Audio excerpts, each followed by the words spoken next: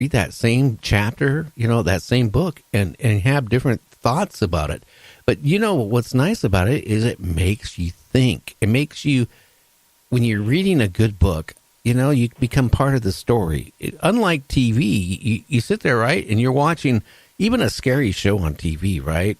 2 minutes later, you don't even know what happened. You don't even remember. You read a good book and you at least remember, certain parts of the book. And, because it sticks with you because you had to use your imagination. Oh, yeah. When I wrote the scene of Tibby, the baby, her mother Alita dying, it was such an emotional scene that I actually cried writing it because it was so heartbreaking. And I've had quite a few reviewers tell me that it just broke their heart reading that about the death of Tibby's mother, that they just were bawling. Just that's so true. That's how it would happen. And that makes me happy that I can make them feel something like that, something so deep. Well, that's good. Now, let's go into your book number 4. I have 2 Christian fiction books that I wrote. They're not really, they're kind of paranormal. Eve is, Ruth isn't. They're more historical fiction than anything, I'll be honest. Eve Untold is about the first woman ever to walk the earth, Adam's wife. And I literally just, when I wrote both Eve and Ruth Untold, I just followed along in the Bible, and I wanted conversations between these characters, and I wanted the perspective from the women at how they viewed the events that were happening to them. Like Eve, when she woke up from being made from Adam's rib, when she opened her eyes, the first thing she saw was God looking down at her. And, she had no idea who he was except that he was nice. It was just a feeling she had. She felt a peaceful feeling from him when she saw him. And but you do get some angels in there, the angels watching over them in the Garden of Eden. But you see the fall of man. It's pretty awesome chance to write a story like I did with Eve. And these are really short stories. They're not big books. They're just short stories. You can read them within an hour, I would say. But you get to see how Eve felt when Cain murdered Abel, and you get to see what happens to her after the fall and sin entered the world. So like I said, I really enjoyed writing those. I wanted to write something different from what I've been working on. I've been working on the Throne of Storms and Ashes, and I needed a break to kind of rejuice my brain and kind of a creative thinking, situation, and just, rejuvenate my thoughts. And Eve Untold came about. I actually wrote Ruth Untold first, but Eve came pretty quick right afterwards.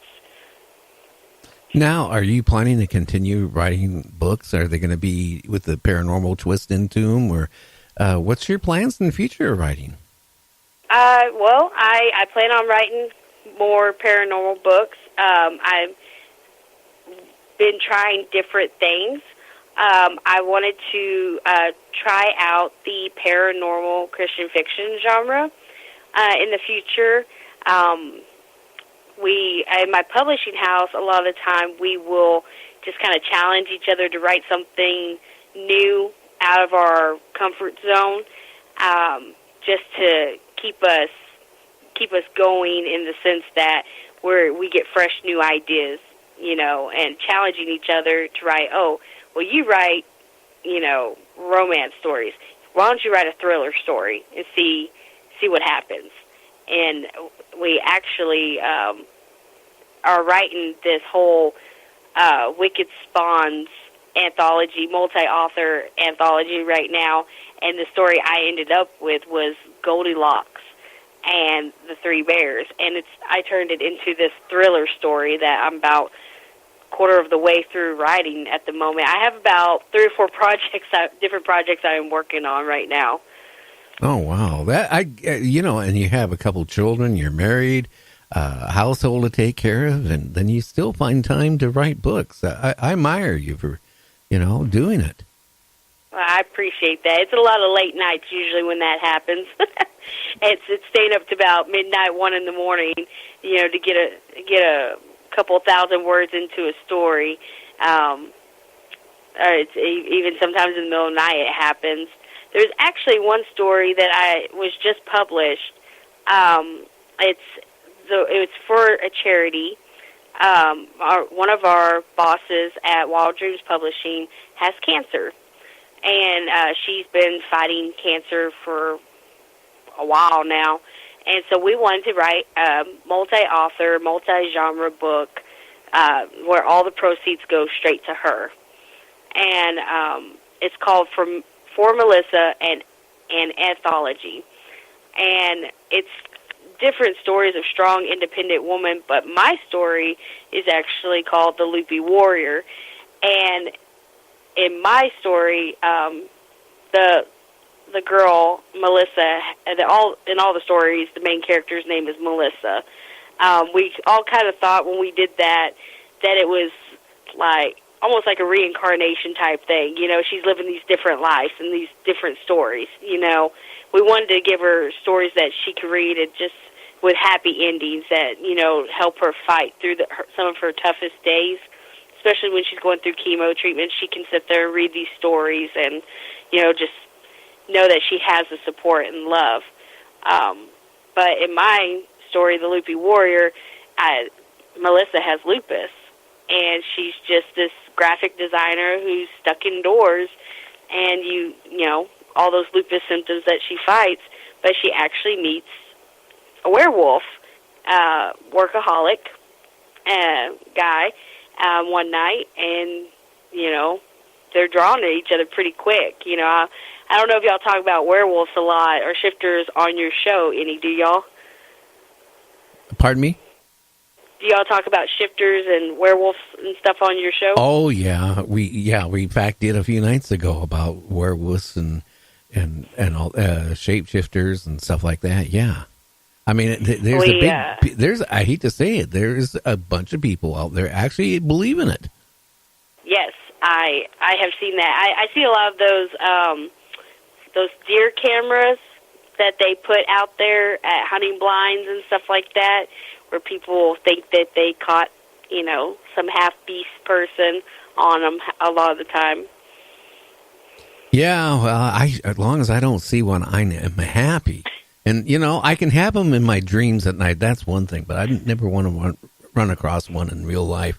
Now, our time is starting to wind down here. Again, why don't you tell everybody where they can find it? And do you have a website and a Facebook where you can share to the audience where they can, find you that way too? Yeah, you can find my website. It's called Reading Amongst the Clouds, and on Wix. And then I have a Amazon page that you can find me under KRISTEN Collins. And then I have Facebook author page. It's author KRISTEN Collins.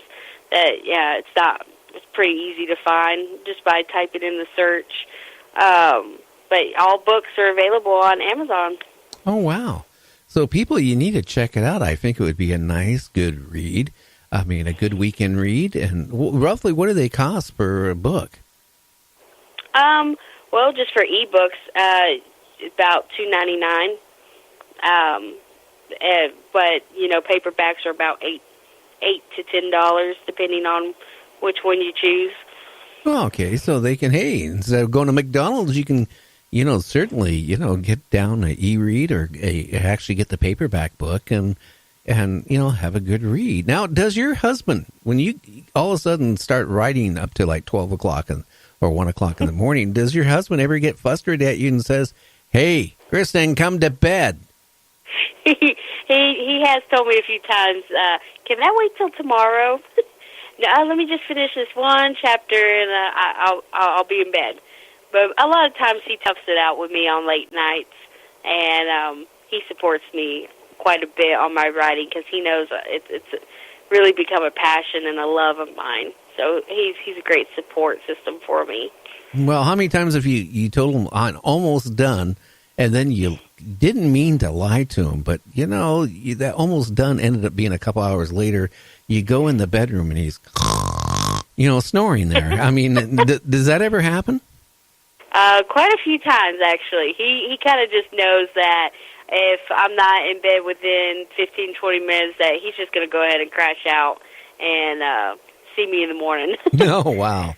Well, hey, I just want to say, Kristen, it was really nice having you on the show. And you know what? See, I told you it was nothing to be nervous about. It's been really great. Thank you. You've been wonderful to me. I appreciate that. Okay, kid. Well, hey, thank you for being on. And people, check out her books on Amazon, please. I think you would enjoy reading the books. I think they're a unique, different type of approach on it. And, why not? Well, I appreciate that. And I'm looking forward to seeing if reviews. I love to hear what people think about my books. I love all kinds of reviews that I get. That helps me work on more books in the future. Okay. Well, just keep on writing.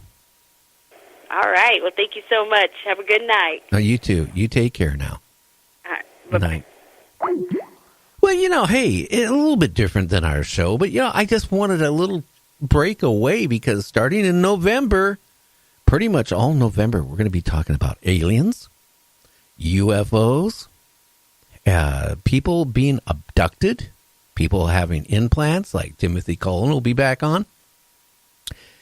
Steve Bassett's going to be on. We got some major hitters coming up in November. So be prepared to listen a lot about UFOs. But, if you had an encounter with a UFO, be it or an alien, or you were abducted, and you want to be on the show, you can contact me at nightdreamstalkradio@gmail.com. That's nightdreamstalkradio@gmail.com. We'll be right back after this. Night Dreams, Scary Story Night on Friday nights. Call in at 9:30 p.m. Pacific at 1-253-203-6695. Please check out the Night Dreams Talk Radio website at www.nightdreamstalkradio.com. Also, if you want to keep our show free of advertising, just hit the donate button. Give a buck or two. Remember, all prior shows are always free to listen to. We at Night Dreams Talk Radio thank you for your support. And I do want to thank everybody who has donated because you know what? We want to keep the show free of advertisers. I really do. We tried when we first came on. We had a couple advertisers. I really want it where I can, if I do an hour or 2 hours show, it can be all content, not full of advertising. I don't want that. And by you donating $1 or $2 keeps us going. I mean, we do have the bandwidth we got to pay. We have the server costs. We have a little bit of production costs. And, I pretty much work for free. So, I mean, and any money you donate, pays for the bandwidth to keep us going. A lot of listeners, I am shocked. But I will say this, we use GoDaddy for our main website. I might be switching over because something strange happened the other day. I went on and onto our dashboard on our website, and it showed way drop in amount of people, signing into the website and listening to the show. And then I noticed this big notice thing, right under, in the middle of the page said, hey, we're doing something different now at GoDaddy to make it more accurate for you can get a rough idea of how many people are logging onto your website. We're not showing any repeat. Like I said, no repeat of people logging in. Well, that